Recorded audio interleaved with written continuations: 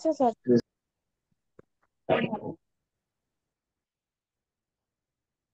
আসসালামু আলাইকুম। সবাইকে আবারও স্বাগত জানাচ্ছি আমাদের principles of accounting financial accounting এর তৃতীয় ক্লাস আজকে। দ্বিতীয় ক্লাসে হচ্ছে আমরা বিভিন্ন প্রকার হিসাব এবং তার বিভিন্ন ইংরেজি শব্দ এবং তার বাংলা দেখছিলাম। আমাদের এই স্ক্রিনটা কি দেখা যায়? জি স্যার, দেখা যাচ্ছে। আচ্ছা, সেক্ষেত্রে গত ক্লাসে একটা বিষয় আমরা কনফার্ম হয়েছিলাম যে যে বিষয়গুলো আমাদের জন্য সবচেয়ে বেশি গুরুত্বপূর্ণ স্যার স্ক্রিনটা কিছু। স্যার স্ক্রিনটা হচ্ছে স্যার অনেক বড় হয়ে গেছে আর কি। তো জুম করে ফেলছেন মনে হয়। তোমরা স্ক্রিনটা কি সবাই মিউট করো। সবার স্ক্রিন, সবার ফটো বাইসে আছে। মা,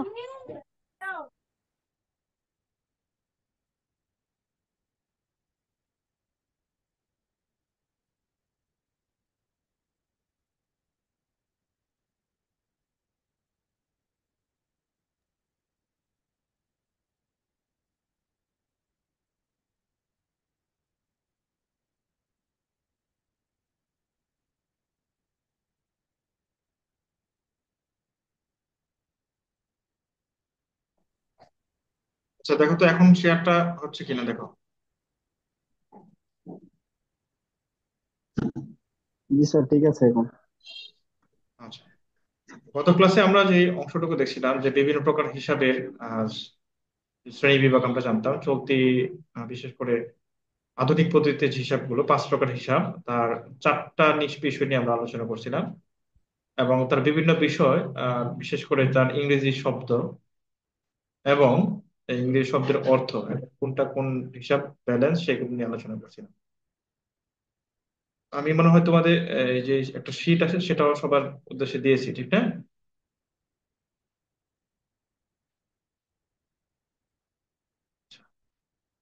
গত ক্লাসে একটা বিষয় আমি সবার উদ্দেশ্যে বলছিলাম, যে আমাদের ব্যয় সমূহ সাধারণত বেশি হয় আর আয় সমূহ সাধারণত কম হয়। কিন্তু আয়ের টাকাটা থাকে বেশি, অর্থাৎ আয়ের হিসাব কম থাকলেও কিন্তু তার টাকার পরিমাণ বেশি। আবার ব্যয়ের হিসাব বেশি থাকবে কিন্তু টাকার পরিমাণ সাধারণত অল্প অল্প করে থাকে। এটা ছাড়া একটা গুরুত্বপূর্ণ অংশ হচ্ছে যে আয়ের মধ্যে আমি বলছিলাম যে সেলস আয়টা কখন হবে, এটাও একটা সবচেয়ে গুরুত্বপূর্ণ বিষয় ছিল। সেলস হচ্ছে বলছিলাম যখন মার্চেন্ডাইজ ওরিয়েন্টেড প্রতিষ্ঠান যদি হয়। মার্চেন্ডাইজ ওরিয়েন্টেড প্রতিষ্ঠান বলতে বলছিলাম যে সকল প্রতিষ্ঠান শুধুমাত্র পণ্য কেনাবেচা করে, ঠিক আছে? তারা শুধুমাত্র পণ্য কেনাবেচা করবে, কোনো ধরনের আহ, সেবা দিবে না। যেমন সবচেয়ে বড় আমাদের চোখের সামনে থাকে মুদি দোকান। মুদি দোকানে আমরা পণ্য, যেমন পণ্য কোম্পানিগুলো তাদের কাছে বিক্রি করে, আমরা খুচরা ঠিক সেই পণ্যই আমরা ওদের কাছ থেকে কিনতে পারি। এটা হচ্ছে মার্চেন্ডাইজ ওরিয়েন্টেড বিজনেস। আর সার্ভিস ওরিয়েন্টেড বিজনেস একটু অন্যরকম। যেমন পার্লার গুলো আছে, সেলুন গুলো আছে, ঠিক আছে? এগুলো হচ্ছে সেবামূলক প্রতিষ্ঠান। সেলুনে গেলে এখানে সেলুনে আমাকে যাইতে হবে, এটা সবচেয়ে বড় বিষয় হচ্ছে সেবামূলক প্রতিষ্ঠানে সেবা গ্রহীতাকে এবং সেবা প্রদানকারীকে দুজনকে একসাথে হতে হবে, ঠিক আছে? আর অনেক সময় এটা যদি ভার্চুয়ালিও নেওয়া যায়, কিন্তু একটা প্ল্যাটফর্মে সবাইকে একসাথে হতে হবে। সেলুনে যদি আমি না যাই তাহলে আমার চুলকে কিন্তু কাটতে পারবে না, অথবা সেলুনের যে চুল কাটে উনি আমার এখানে আসতে হবে। অর্থাৎ এখানে সেবা গ্রহীতা এবং সেবা প্রদানকারী দুইজনকে একসাথে মিট করতে হবে কোনোভাবে। অনেক সময় আমরা মোবাইল ফোনের কাস্টমার কেয়ারে ফোন দিই, সেটাও একটা ভার্চুয়াল প্ল্যাটফর্মে আমরা সবাই একসাথে মিট হই, যার কারণে আমাদের সেবাটা সম্পন্ন হয়। তাহলে সার্ভিস রেভিনিউ একটা বিষয় হচ্ছে, সার্ভিস কিন্তু স্টক করে রাখা যায় না। এই জন্য সার্ভিসের মধ্যে দেখবা সবচেয়ে যে প্রারম্ভিক মজুদ নাই, সমাপনী মজুদ নাই। কিন্তু মার্চেন্ডাইজিং প্রতিষ্ঠান যেখানে দেখবা সেলস এবং পারচেজ আছে, সেই প্রতিষ্ঠানে আমার এন্ডিং ইনভেন্টরি এবং ওপেনিং ইনভেন্টরি বা এন্ডিং স্টক, ওপেনিং স্টক, এই বিষয়গুলো থাকবে। এবং তার সাথে বিভিন্ন ব্যয় থাকবে, যেমন ক্রয় পরিবহন, ঠিক আছে? তারপরে থাকতে পারে মজুরি, থাকতে পারে আরো আনুষঙ্গিক যে বিভিন্ন বিষয়গুলো থাকে ক্রয় রিলেটেড, ঠিক আছে? ক্রয় ফেরত থাকতে পারে। ঠিক আছে, ক্রয় বাট্টা, এই বিভিন্ন বিষয়গুলো এখানে থাকবে। এরপরে যে বিষয়টা আমাদের ছিল যে ওনার সিকিউরিটি। ওনার সিকিউরিটি মূলত কি? এটা হচ্ছে মালিকানা সত্ত্ব যে হিসাবটা, অর্থাৎ একটা প্রতিষ্ঠানের মালিক পক্ষের যে দাবি প্রতিষ্ঠানের সম্পদের বিপরীতে। আমরা জানি হিসাব সমীকরণে আমরা সবসময় দেখে আসছি অ্যাসেট সমান লায়াবিলিটিস এবং ওনার সিকিউরিটির যোগফল। অর্থাৎ অ্যাসেটের বিপরীতে দুই পক্ষের দাবি থাকে, একটা পক্ষ হচ্ছে মালিক পক্ষ, একটা হচ্ছে বাইরের পক্ষ। অর্থাৎ এখানে মালিক পক্ষের যে দাবিটা সেটা হচ্ছে মালিকানা সত্ত্ব আমরা বলি, আর আমরা যে বাইরের পক্ষের যে দাবি সেটাকে আমরা বলি হচ্ছে আমরা কি বলি সাধারণত হচ্ছে দায় বলে এখন আমরা যেটাকে চিহ্নিত করি, সেখানে অন্য কোনো বিষয় থাকে না। আরেকটা বিষয় হচ্ছে মালিকানা সত্ত্বের মধ্যে কি কি বিষয় থাকবে, এটা একটা গুরুত্বপূর্ণ পয়েন্ট। যেমন মালিকানা সত্ত্বের মধ্যে সবচেয়ে গুরুত্বপূর্ণ যে পয়েন্টটা হচ্ছে মূলধন বা ক্যাপিটাল। এটা আমাদের সবচেয়ে গুরুত্বপূর্ণ পয়েন্ট। এটার উপর ভিত্তি করে মালিকানা সত্ত্বটা অনেক কিছু নির্ভর করে। আমরা দেখি বিভিন্ন শেয়ার প্রতিষ্ঠানের মালিক পক্ষ বা মূলধনের উপর অনেক কিছু নির্ভর করে। এক মালিকের ব্যবসায়ের ক্ষেত্রেও সেম। যেমন আমাদের এলাকায় দেখি ছোট ছোট যে মুদি দোকান বা টং দোকানগুলো থাকে, সেখানে মূলধন একটা বড় ফ্যাক্টর। তাহলে এই মালিকানা সত্ত্বের যে বিষয় দেখি যে মূলধন যত টাকা উনি দিবে তার পুরোটার দাবি তার উনি। আবার এক মালিকের ব্যবসার ক্ষেত্রে তার ক্রয় মূল্য এবং বিক্রয় মূল্য, এটার যে পার্থক্য যেটা থাকবে, অর্থাৎ যে লাভটা হবে এখানে, সেই লাভটা আবার মালিক নিয়ে নেয়। তাহলে এই নিট লাভ, ঠিক আছে, এটা মালিকানা সত্ত্বের কি দাবিদার। আবার নিট লস হলেও কি মালিকানা সত্ত্বেরই এটা, অর্থাৎ মালিক পক্ষকে এটা বহন করতে হবে। যেমন নিট ইনকাম হলে মালিকের লাভ বাড়বে, অর্থাৎ মালিকের দাবি বাড়বে। আর নিট লস হলে মালিকের দাবি কমবে। তাহলে নিট লাভ এবং নিট লস, এই দুইটা বিষয় আমাদের জন্য খুব গুরুত্বপূর্ণ। নিট ইনকাম যদি হয় তাহলে ক্যাপিটাল বাড়ে, অর্থাৎ মূলধনের সাথে আমাদের কি হয়, যদি নিট লাভটা যোগ হয়, আর মূলধন থেকে সাধারণত নিট লাভ বিয়োগ হয়। যদি লস হয় তাহলে কি হয়, নিট লসটা আমাদেরকে ক্যাপিটাল থেকে মাইনাস করতে হবে। ঠিক আছে, তাহলে আমরা এটা বুঝতেছি যদি ব্যবসা প্রতিষ্ঠান নিট ক্ষতি হয় তাহলে মালিকানা সত্ত্ব হ্রাস পাবে, আর যদি লাভ হয় তাহলে মালিকানা সত্ত্ব বৃদ্ধি পাবে। আমরা হিসাব সমীকরণের মধ্যেও একটা বিষয়, এটা এই বিষয়টা খুবই গুরুত্বপূর্ণ যে মালিকানা সত্ত্ব কখন প্রভাবিত হচ্ছে, কখন কি হচ্ছে। মূলধনের সাথে অতিরিক্ত মূলধন যদি থাকে তাহলে সেটা মালিকানা সত্ত্বের আরেকটা বড় দাবিদার, এবং মূলধনের সাথে সেটা সরাসরি যোগ হবে। আর এখানে আরেকটা বিষয় হচ্ছে ড্রয়িংস বা উত্তোলন, এটা দিয়ে মালিকানা সত্ত্ব হ্রাস পাবে। যেমন নিট লস দিয়ে যেমন মালিকানা সত্ত্ব হ্রাস পায়, ড্রয়িংস দিয়েও মালিকানা সত্ত্ব হ্রাস পায়। এখানে আরেকটা বিষয় দেখবা, রিটেন্ড আর্নিংস, সংরক্ষিত তহবিল। এটাও একটা বিষয়। এটা আমাদের নর্মালি ছোটখাটো অঙ্কের মধ্যে এই রিটেন্ড আর্নিংস এর বিষয়টা তেমন লাগবে না। তবে সাধারণত আমাদের বিশেষ করে ফাইন্যান্সিয়াল স্টেটমেন্ট যখন করতে যাব সাধারণত সেক্ষেত্রে লাগে। এবং শেয়ার রিলেটেড আমরা অনেক সময় দেখে দেখেছি, শেয়ার রিলেটেড যদি প্রতিষ্ঠান, অর্থাৎ যৌথ মূলধনী কোম্পানির প্রতিষ্ঠানের কাজ করতে গেলে রিটেন আর্নিংসটা লাগবে। এটার মালিকানাও কিন্তু মালিকানা, অর্থাৎ কি মালিকানা সত্ত্বের এইটার দাবিদারও সাধারণ শেয়ার হোল্ডার হলো প্রতিষ্ঠানে, আর ক্যাপিটালের মালিকও সাধারণ শেয়ার হোল্ডার। তাহলে এটা থাকে সাধারণত লাভের একটা অংশ থেকে সংরক্ষিত তহবিল রেখে দেওয়া হয়। তো সব টাকা মালিক পক্ষে না দিয়ে লাভের কিছু অংশ টাকা যখন প্রতিষ্ঠানে রেখে দিবে, যেটা পরবর্তীতে মূলধন স্বরূপ রূপান্তরিত হবে, সেটাই হচ্ছে আমার সংরক্ষিত তহবিল। ঠিক আছে, এটা মালিকের লাভের একটা অংশ থেকে সাধারণত যৌথমূলধনী প্রতিষ্ঠানে রেখে দেওয়া হয় রেগুলার বেসিসে। তাহলে এটা আপাতত আমার এই জায়গাতে লাগবে না। নর্মালি এই জায়গাতে আমাদের কি এটা আপাতত লাগবে না, লাগবে হচ্ছে আমাদের বাকি যে মার্কিং করা আছে এই চারটা বিষয়। যেমন ক্যাপিটালের সাথে যোগ হবে এডিশনাল ক্যাপিটাল, নেট ইনকাম যোগ হবে, আর মাইনাস হবে নেট লস এন্ড ড্রয়িংস। এই মূলত পাঁচটা বিষয়। ওই সংরক্ষিত তহবিলটা আমাদের এই নর্মাল এই জায়গাতে অংশ, অনেকে এটাতে অনেক মানে পেস লাগাইতেও পারে যে এখানে সংরক্ষিত তহবিল কেন। এটা হচ্ছে আমি আবার ক্লিয়ার করে দিই যে যৌথ মূলধনী প্রতিষ্ঠান যখন আসে তখন এই সংরক্ষিত তহবিলের বিষয়টা, এটা মালিকানা সত্ত্বের একটা বড় অংশ। এর পরবর্তী যে টপিকটা, এটা আমাদের জন্য অনেকটা গুরুত্বপূর্ণ। কমার্সের স্টুডেন্ট হিসাবে, যে কোনো ডিপার্টমেন্টের স্টুডেন্ট হয় না কেন, বিজনেস ব্যাকগ্রাউন্ডের স্টুডেন্ট হিসেবে আমাদের এই বিষয়গুলো জানা দরকার। যে অনেক সময় নন বিজনেস ফ্যাকাল্টির অনেক টিচাররা অথবা স্যারেরা অথবা দেখা গেছে কোনো বন্ধু বান্ধব জিজ্ঞেস করে ডেবিট ক্রেডিট কি। তো আর সারা সারা জীবন ডেবিট ক্রেডিট করেছে, তাহলে ডেবিট ক্রেডিট কি? অনেকে বলে ডেবিট মানে বাড়া, ক্রেডিট মানে কমা, এরকম বলে অনেক ভুল তথ্য আমরা পাস করি। ঠিক আছে, অনেকে এই বিষয়গুলো জানি না বা সঠিক জানি না, যার কারণে ভুল তথ্য পাস করি। বিষয়টার সময় অনেকে বুঝিও না যে ডেবিট কি ক্রেডিট কি। ঠিক আছে, আজকের এই ক্লাসের মধ্যে সবচেয়ে গুরুত্বপূর্ণ আমি বলবো যে কাজে লাগবে হচ্ছে এটা, সারা জীবন কাজে লাগবে কমার্সের স্টুডেন্ট। ডেবিট এবং ক্রেডিট দুটো শব্দই ল্যাটিন ওয়ার্ড। ঠিক আছে, দুটো শব্দের ল্যাটিন ওয়ার্ড, একটা হচ্ছে ডেবিরি এবং ক্রোডিরি, এই দুইটা শব্দ থেকে আসছে। অর্থাৎ ডেবিট শব্দটা ডেবিরি শব্দ থেকে আসছে, আর ক্রেডিট শব্দটা ক্রোডিরি শব্দ থেকে আসছে। নর্মালি ল্যাটিন শব্দের অর্থ যখন আমরা করব, তাহলে ডেবিট দ্বারা বোঝাবো বাম দিক, ডেবিট দ্বারা বুঝবো বাম দিক, যদি আমরা এর অর্থটা বুঝতে যাই। আর ক্রেডিট যদি দ্বারা বুঝি, তাহলে ক্রেডিট দ্বারা আমরা বুঝবো ডান দিক। ঠিক আছে, ডেবিট হচ্ছে আমার বাম দিক, ক্রেডিট হচ্ছে আমরা ডান দিক বুঝবো।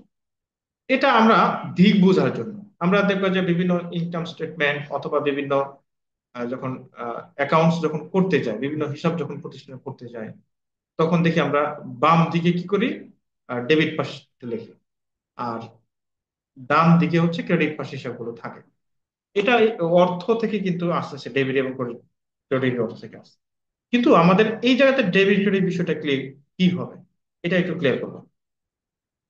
আর একটা বিষয় হচ্ছে, সংক্ষেপে ডেবিটকে ডিআর এবং ক্রেডিটকে সিআর দ্বারা প্রকাশ করা হতে পারে। আমরা অনেক সময় এটা লিখি, বাংলায় অনেক সময় লিখি ড একার দিয়ে বসে, মানে ড একার ডট দিচ্ছি, আবার রফলা একার ডট দিচ্ছি, এটাও দেওয়া হয় বাংলা লিখলে। আমরা তো আর এখন বাংলা লিখবো না, লিখবো ইংলিশে। তাহলে সংক্ষিপ্ত লিখলে ডিআর এবং সিআর, এই দুইটা জিনিস লিখবো। তবে আমাদের এখানে একটা গুরুত্বপূর্ণ বিষয় যেটা বলতে, তাহলে ডেবিট ক্রেডিটের বিষয়টা কি বোঝাবে। নর্মালি আমি যেটা বলছি, ডেবিট মানে বাম দিক, ক্রেডিট মানে ডান দিক। কিন্তু যখন হিসাবের ক্ষেত্রে বুঝবো, হিসাবের ডেবিট ক্রেডিট, তখন কিন্তু ডান দিক বাম দিক এই বিষয়টা আমরা বুঝবো না। এটা দিয়ে বুঝবো যে বিভিন্ন প্রকার হিসাবের হ্রাস বৃদ্ধিটাকে বুঝবো। অর্থাৎ একটা হিসাব বৃদ্ধি পাচ্ছে কোনো কারণে, আর একটা হিসাব কোনো কারণে হ্রাস পাচ্ছে, অর্থাৎ হিসাবের হ্রাস বৃদ্ধি বুঝবে। নর্মালি কিন্তু এই ল্যাটিন ওয়ার্ড অর্থাৎ ডেবিট ক্রেডিটের, ঠিক আছে, বা ডেবিট ক্রেডিটের অর্থ কি এই হ্রাস অথবা বৃদ্ধি, এরকম কোনো না। আমরা হিসাবের ক্ষেত্রে যখন হিসাব বলবো যে অ্যাসেট হিসাব, তাহলে অ্যাসেট হিসাবে ডেবিট হবে হতে পারে, যখন অ্যাসেট বাড়বে তাহলে ডেবিট হবে। আবার অ্যাসেট কমলে ক্রেডিট হবে। আবার আয় বাড়লে ক্রেডিট হবে, আয় কমলে ডেবিট হবে। এই যে বিভিন্ন প্রকার হিসাব হ্রাস বৃদ্ধি যেটা হবে, সেটা হচ্ছে আমাদের হিসাবের ডেবিট ক্রেডিট। এখানে একটা আরেকটা বিষয় লিখছে, কোন হিসাবের বাম দিকে কিছু লিখলে ওই হিসাবকে ডেবিট করা হয়েছে বোঝায়, আর ডান দিকে কিছু লিখলে ওই ক্রেডিট করা হয়েছে বোঝায়। এটা একটা গুরুত্বপূর্ণ বিষয়। আমাদের হিসাবের ছক আমরা জানি, দুইটা পদ্ধতি প্রচলিত আছে। যেটা হচ্ছে আমরা খতিয়ান করার জন্য করি, এটা আমাদের পরে লাগবে, আপাতত জাস্ট একটু দেখে নিই। একটা হচ্ছে টি ছক বা সনাতন ছক, যেটা হচ্ছে ট্রাডিশনাল ফরম্যাট বলা হয়। আর একটা হচ্ছে চলমান জের ছক, অথবা কি কন্টিনিউয়াস ব্যালেন্স যেটাকে আমরা বলি, বা আধুনিক জের ছক। চলমান জের ছক হচ্ছে কি, একটা ডেবিট পাশে বিষয় থাকবে, ডেবিট ক্রেডিট টাকা থাকবে, আবার ক্রেডিট ডেবিট দুই পাশে ডেবিট ক্রেডিট কি আকারে থাকবে। আর চলমান জের ছকের মধ্যে তারিখ, তারপর হচ্ছে কি হিসাবের নাম, রেফারেন্স থাকতে পারে, ডেবিট টাকা ক্রেডিট টাকা, আবার এখানে থাকবে কি আমার লাস্টেরটা হচ্ছে ব্যালেন্স। আমরা নর্মালি সাধারণত এই হিসাবটা ব্যবহার করব আমাদের যে কোনো অঙ্ক করার ক্ষেত্রে। চলমান চেক এখন আর আধুনিক পদ্ধতিতেই ব্যবহৃত হবে, টি ছক সাধারণত ব্যবহৃত হবে না। টি ছকটা শুধুমাত্র আমাদের বলছি যদি আমরা আহ বিশেষ জাবেদার সাথে যখন খতিয়ান করতে যাব, তখন এই বিষয়টা আসবে, অন্যথায় আমাদের এই বিষয়ে তেমন কোনো প্রয়োজন আপাতত নাই। তাহলে এই আজকের ক্লাসের এখনকার পর্যন্ত সবচেয়ে গুরুত্বপূর্ণ যে বিষয়টা হচ্ছে হিসাব কি, এটা আমাদের গুরুত্বপূর্ণ একটা পয়েন্ট। আর ওনার সিকিউরিটির যে বিষয়টা, এটা একটু গুরুত্বপূর্ণ। ওনার সিকিউরিটি বিষয়টা আমাদের জন্য আরো বেশি গুরুত্বপূর্ণ, আমি আরেকটা কারণে বলে রাখি। অনেক সময় পার্ট বি তে আমরা দেখবো যে কিছু ইনফরমেশন দিয়ে বলবে যে প্রিপেয়ার ওনার সিকিউরিটি স্টেটমেন্ট, ঠিক আছে? 4 নম্বরের জন্য একটা অঙ্ক দিবে, অল্প কয়েকটা ডাটা দিয়ে, দেখে যে 7-8টা ডাটা দেওয়া আছে, আর সেখান থেকে আমাদের নিট লাভ বের করতে হচ্ছে। প্রথমে নিট লাভটা বের করে ক্যাপিটাল আছে, তার সাথে বিভিন্ন আয় ব্যয় দেওয়া আছে, আয় থেকে ব্যয়গুলো বাদ দিলে আমরা নিট লাভ অথবা নিট লস পাবো। আবার উত্তোলন থাকলে উত্তোলনটা বাদ দিব, আবার ক্যাপিটাল থাকবে। এই তথ্যগুলো মিলে আমাদেরকে স্টেটমেন্ট তৈরি করতে হবে। এটা হচ্ছে পার্ট বির জন্য। আচ্ছা, এরপরের যে বিষয়টা আমাদের যাব, এটা আমাদের সবচেয়ে আরেকটা গুরুত্বপূর্ণ বিষয়, যেটা হচ্ছে, যেটা আমি বলবো যে হিসাবের সাথে এটা মানে একটা খুব গভীর সম্পর্ক আছে। এই দুইটা ছাড়া আমরা কিন্তু হিসাব বিজ্ঞানের জার্নাল থেকে শুরু করে কোনো কাজে কিন্তু সঠিকভাবে করতে পারবো না যদি হিসাব এবং ডেবিট ক্রেডিট নির্ণয়ের সূত্রটা বা ডেবিট ক্রেডিট নির্ণয়ের পদ্ধতিটা ভালোভাবে না জানি। তাই প্রথমে আমাদের যে বিষয়টা আমাদের খেয়াল রাখতে হবে, যে আমরা তো জানি হিসাব দুই প্রকার। দুইটা পদ্ধতিতে হিসাবকে মানে কি করা হচ্ছে, ক্যাটাগরি বা শ্রেণী বিভাগ করা হচ্ছে। দুইটা ক্যাটাগরিতে হিসাবের শ্রেণী বিভাগ করা হচ্ছে। তার প্রথম ক্যাটাগরি ছিল সনাতন পদ্ধতি, যেটা ট্রাডিশনাল মেথড বলছিলাম। এই সনাতন পদ্ধতি হিসাব সাধারণত আমরা জানি 3 প্রকার। সনাতন পদ্ধতি হিসাব 3 প্রকার। 3 প্রকার কি কি? আমাদের আয়বাচক, ব্যয়বাচক, ঠিক আছে, সরি, আয়বাচক বা ব্যয়বাচক মিলে হচ্ছে নামিক হিসাব। সম্পত্তিবাচক হচ্ছে একটা আরেকটা হিসাব। আর ব্যক্তিবাচক হিসাব হচ্ছে আরেকটা হিসাব। এই 3টা হিসাব হচ্ছে আমাদের সনাতন পদ্ধতিতে। এখন ব্যক্তিবাচক হিসাবে আমরা যেটা বুঝি, যে যে ব্যক্তি সুবিধা গ্রহণ করবে তাকে আমরা ডেবিট করি, আর যে ব্যক্তি সুবিধা প্রদান করে তাকে আমরা ক্রেডিট করি। এখানে সুবিধা গ্রহণকারী বলতে কেমন আমি একটু ক্লিয়ার করে দিই। কথা কথা আমি মিস্টার এক্স মিস্টার ওয়াই এর কাছে কিছু পণ্য বিক্রি করছি বাকিতে, তাহলে এই সুবিধাটা কে গ্রহণ করছে? মিস্টার ওয়াই ডেফিনেটলি, ঠিক আছে? তাহলে ওয়াই যখন সুবিধা গ্রহণ করছে, তাহলে ওয়াই আমার জন্য কি দেনাদার। সে আমাদের বাকিতে কিনছে, এই জন্য তাকে কি করি, দেনাদার হিসাব ডেবিট করি। আর আমি যেহেতু সুবিধা প্রদান করছি, আমি তার কাছে কি করছি, পণ্যটা বিক্রি করছি। সে বিক্রি করছি, ঠিক আছে, তাকে একটা সুবিধা দিছি, এই জন্য তাকে আমরা কি করতেছি, যে সুবিধা প্রদানকারীকে আমরা ক্রেডিট করি, ঠিক আছে, আর সুবিধা গ্রহণকারীকে আমরা ডেবিট করি। সম্পত্তিবাচক হিসাবে একটা বিষয় হচ্ছে, সম্পত্তি যদি কোনো কারণে বাড়ে, বাড়লে ডেবিট, কমলে ক্রেডিট। যে কোনো প্রকার সম্পত্তি যদি বাড়ে তাহলে ডেবিট হবে, আর কমলে ক্রেডিট হবে। আমার কাছে ক্যাশ টাকা আছে, আরো ক্যাশ টাকা আসছে, অর্থাৎ ক্যাশ একটা সম্পদ, তাহলে ক্যাশ যদি আসে তাহলে সেটাও সম্পদে ডেবিট হবে, কারণ সম্পদ বাড়ছে কোনো কারণে। আবার যদি কোনো কারণে সম্পদ আমার কাছে চলে যায় বা হ্রাস পায়, তাহলে সেটা হচ্ছে আমার ক্রেডিট।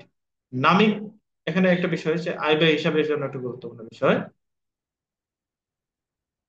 যে আয় যদি কমে, ঠিক আছে, আয় কমলে সাধারণত কি আমার ডেবিট হয়, আর ব্যয় বাড়লে ডেবিট। আয়ের সাথে ব্যয়ের সম্পর্ক কিন্তু উল্টা, আয় কমলে ব্যয় বাড়লে ডেবিট, আর আয় বাড়লে আর ব্যয় কমলে ক্রেডিট, ঠিক আছে? আরেকটা বিষয় আমি একটু তোমাদের অফ দ্য রেকর্ডে বলে রাখি, এই 40 মিনিট পরে কিন্তু আরেকটা লিংক দিব, সেই লিংকে কিন্তু আমাদের দ্বিতীয় সেকশনের ক্লাসটা শুরু হবে।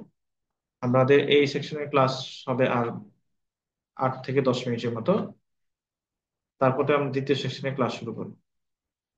এবং সেটা তোমাদের গতকালকের মতামতের ভিত্তিতে কিন্তু আমি আগাচ্ছি, সবার মতামতের ভিত্তিতে।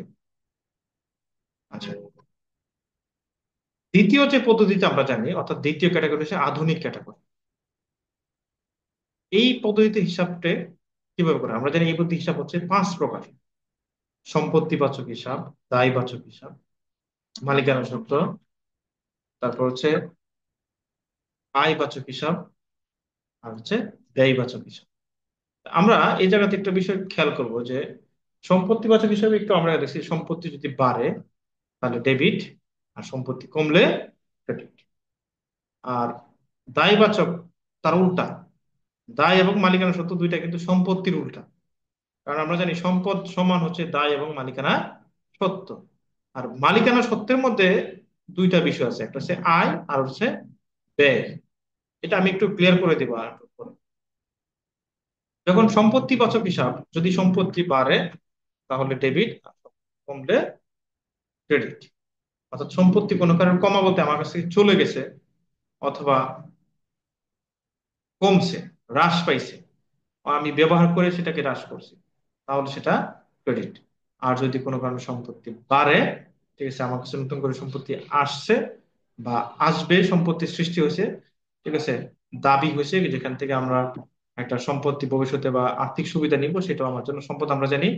এরকম কিছু ঘটলেও আমরা কি সম্পত্তি বাড়ছে, যেমন আমরা বাকিতে কারো কাছে পণ্য বিক্রি করলে দেনাদার নামে একটা সম্পত্তি সৃষ্টি, সেক্ষেত্রে সম্পত্তি তাহলে আমাদের বাড়ছে, তাহলে সেটা হচ্ছে আমাদের অ্যাকাউন্টস রিসিভেবল, তাহলে কি ডেবিট হবে। সম্পত্তি বিপরীত হচ্ছে দায়। তাহলে সম্পত্তি বাড়লে যেমন ডেবিট, এবার দায় বাড়লে কি হবে? দায় বাড়লে ক্রেডিট হবে।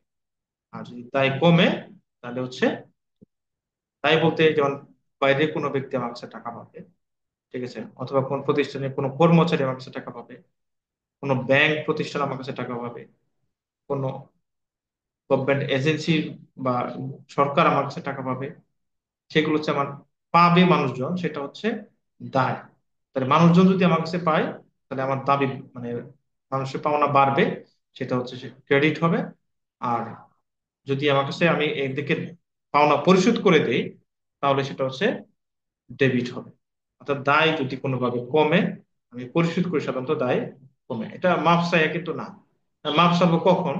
যে কিছু দিলাম আর বাকি টাকা কি ছাড় দিল, তখন কিন্তু পুরো টাকা, পুরো দাবি কিন্তু শেষ করতেছে। দাবি কমে যদি কোনো কারণে, আমরা অনেক সময় দেখি যে তোমার পূর্ণ নিষ্পত্তিতে দেখা যাচ্ছে 1,000 টাকা আমাদের 800 টাকা দিয়ে পূর্ণ নিষ্পত্তিতে মীমাংসা করা হয়। তো সেক্ষেত্রে একটা মানুষ 1,000 টাকা পাবে, তার দাবি কিন্তু 1,000 টাকাই কমাইতে হবে। 800 টাকা দিলাম, 200 টাকা আমি, ঠিক আছে, তার মাঝ থেকে মাফ চাই নিলাম, অথবা সে আমাকে ছাড় দিল, এটা হচ্ছে আমার একটা বাড়তি সুবিধা। কিন্তু তার কাছ থেকে আমি কিন্তু 1,000 টাকার দাবি আমাকে চুলাইতে হবে। 200 টাকা যে আমার ছাড় দিছে সেটা কিন্তু তার কাছ থেকে কি করতে হবে? স্বীকারোক্তি নিতে হবে যে হ্যাঁ, আমি 200 টাকা ছাড় আপনাকে দিলাম। এই জন্য আমরা বুঝি যে দায় যদি বাড়ে তাহলে ক্রেডিট, দায় কমলে ডেবিট। এবার বলছিলাম মালিকানা সত্ত্ব, এটা আমরা জানি মালিক পক্ষের দাবি প্রতিষ্ঠানের। যদি মালিকানা সত্ত্ব বাড়ে তাহলে ডেবিট, সরি, বাড়লে ক্রেডিট, আর কমলে ডেবিট। এটা দায় এবং মালিকানা সত্ত্ব দুইটা সেম, এবং দুইটাই সম্পদের বিপরীত সিস্টেমে চলবে। সম্পদ যদি কমে তাহলে হয় ডেবিট, আর মালিকানা সত্ত্ব বাড়লে ক্রেডিট। সম্পত্তি বাড়লে ডেবিট, আর মালিকানা সত্ত্ব কমলে ডেবিট। আচ্ছা, এরপর আর দুইটা বিষয় বলছি আমি, যে মালিকানা সত্ত্বের সাথে দুইটা বিষয়, 4 নাম্বার এবং 5 নাম্বার, একটু কিন্তু ডিরেক্টলি জড়িত। কিভাবে ডিরেক্টলি জড়িত আমি একটু বলে নিই। যে মালিকানা সত্ত্ব বাড়বে কিভাবে? যদি আয় হয়, আমরা একটু আগেও তোমাদের বলছি যে যদি নিট ইনকাম হয় তাহলে ক্যাপিটাল কিন্তু ক্যাপিটালের সাথে অ্যাড হয়। তাহলে নিট ইনকাম, ঠিক আছে, মালিকানা সত্ত্বের সাথে যেভাবে আমরা ট্রিট করব, লাভের সাথে ঠিক সেইভাবে আমরা ট্রিট করবো। অর্থাৎ কোনো কারণে যদি লাভ বাড়ে, যেমন লাভ বলতে আয় বাড়ে, ঠিক আছে, এখানে আয়টা হচ্ছে কেমন? আমি পণ্য বিক্রি করছি, ঠিক আছে, আমি যদি পণ্য বিক্রি করছি তাহলে আমার লাভ হবে, স্বাভাবিক। লাভ হবে বলতে কি, আমি কম দামে আইনা বেশি দামে বিক্রি করছি, এই লাভটা না, আমার আয় হবে, টাকা আয় হওয়ার থেকে কি আমার কাছে টাকা আসবে, ঠিক আছে। অর্থাৎ যদি 10 টাকার জিনিস আমি 8 টাকা বেশি, তাও কিন্তু 8 টাকা আমার কাছে আসবে, এটা হচ্ছে আমার আয়, ঠিক আছে। আর আমি কিন্তু এখানে লাভ বা ক্ষতির বিষয় বলতেছি না, আয়ের বিষয় বলতেছি, যে আমার কাছে টাকা আসতেছে, আমি পণ্য বিক্রি করছি তাহলে টাকা আসবে আমার কাছে, সেটা হচ্ছে আমার আয়। এবার কত টাকার কিনা কত টাকায় বিক্রি করছি ওইটা ফ্যাক্টর পরে, আমার কাছে যে টাকা আসবে সেটা হচ্ছে আমার আয়, ঠিক আছে। এবার টাকাটা যদি আমার কাছে চলে যায় তাহলে আয় কমবে, হ্রাস পাবে, সেটা হচ্ছে আমার আয় কমলে ডেবিট, আর আয় যদি বাড়ে ক্রেডিট। আমরা দেখি বিক্রয় যদি হয় তাহলে ক্রেডিট করি, আর যদি বিক্রয় ফেরত হয় তাহলে ডেবিট। তাই বিক্রয় ফেরত হলে ডেবিট কেন? কারণ আয় কমে যায়। আমি যে একজনের কাছে বিক্রি করছিলাম তাহলে আমার একটা আয় হয়েছিল, এবার যদি ওই লোক আমার কাছে পণ্য ফেরত দেয় তাহলে আমার ওই আয়টা কিন্তু আর আগের মতো থাকবে না, কমে যাবে। যত টাকা পণ্য ফেরত দিবে ঠিক তত টাকার পণ্য, তত টাকার আয় আমার কমে যাবে। যেহেতু আয় কমে যাচ্ছে সেই জন্য আয়টা হচ্ছে আমার ডেবিট। তাহলে ব্যয়, ব্যয় কিন্তু আয়ের বিপরীত এবং এটা সম্পদের মতো। ব্যয়ের ভিত্তি কিন্তু ডেবিট। এবার যদি ব্যয় বাড়ে তাহলেও ডেবিট, তাহলে ব্যয় কমলে credit। ব্যয় বাড়া বলতে অর্থাৎ কোনো একটা কর্মচারী কাজ করছে আমার এখানে, ঠিক আছে, তাহলে কাজ যে করে গেছে, এই যে কাজ করছে, কাজ করার বিনিময়ে তাকে টাকা দিলেও আমার ব্যয় হয়েছে, না দিলেও ব্যয় হয়েছে, ঠিক আছে, কাজ যেহেতু করে ফেলেছে। তাহলে কাজ করছে মানে আমার ব্যয় বাড়ছে, টাকা দেইনি, দিব। এই জন্য ব্যয় যেহেতু বাড়ছে তাহলে ডেবিট হবে, ঠিক আছে। আর যদি ব্যয় কমে কোনো কারণে, ব্যয় কমা বলতে কেমন, আমি কারো কাছ থেকে পণ্য কিনছিলাম, এটা আমার একটা ব্যয়, এবার পণ্য ফেরত দিয়ে দিছি, তাহলে ব্যয় আমার কমে গেল, ঠিক আছে।